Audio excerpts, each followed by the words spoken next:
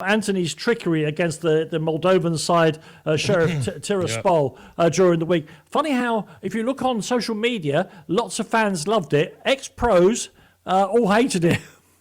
Listen, when I was watching the game and I saw it, and then he passed it out of play, I don't really care if he passed it and he went to Casemiro's feet and he went and scored. I hated it, and I thought it was disrespectful to FC Sheriff. You know, they've set up to try and get something at Old Trafford, up for the game. Doing that bit of skill, treated that game like a pre-season friendly.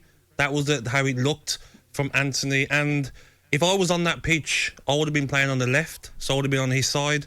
The next time he got the ball, I would have absolutely smashed him. And I would have said to him as well when he's on the floor, get up. Because it's unacceptable. The term I'd use is mugging the opposition off.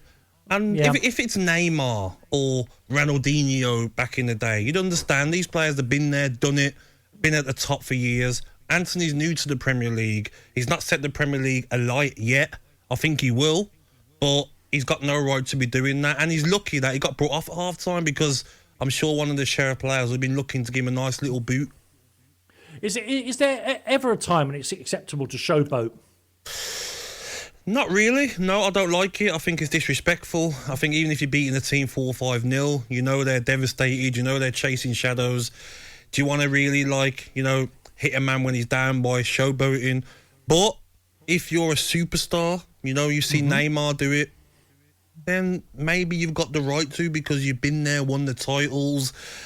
You can do that, but not someone that's come to the Premier League. He scored a few goals, not set it alight like Haaland does. I don't think you should be doing that. I think it's disrespectful to your teammates. And we saw it happen to Richarlison, and Richarlison wasn't as bad as Antony's, and he still got a good kicking for it. So if he wants to do that again, like he said he will in the Premier League, I think someone's going to take one for the team and get sent off, giving him a good old smashing. Well, he hasn't done it in the Premier League yet, and we'll see what happens. I mean, it is a tightrope. You want the game to be entertaining.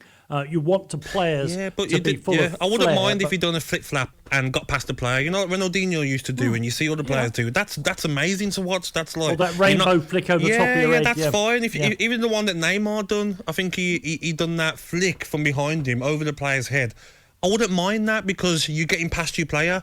No one's next to you, and you're doing this 360 turn. Honestly, it was like he was doing it for fans on TikTok, kids on TikTok, to be proud of. Maybe it's a Brazilian thing. I saw during the week, Emerson Royal, if you don't mind, did a no-look pass. Don't get me started. Did a no-look pass, passed it straight out of play. Dan, he can't pass the ball when he's looking at the ball, never mind not looking at the ball. And when he done that, I was thinking, it's Champions League, you're fighting for a win, and it's the last 4 minutes, and you're doing a no-look pass. The audacity of Royale. If I was Conte, I would have dragged him off then for even doing that. There's only a certain amount of players that are allowed to do that in the world, and he's not one of them.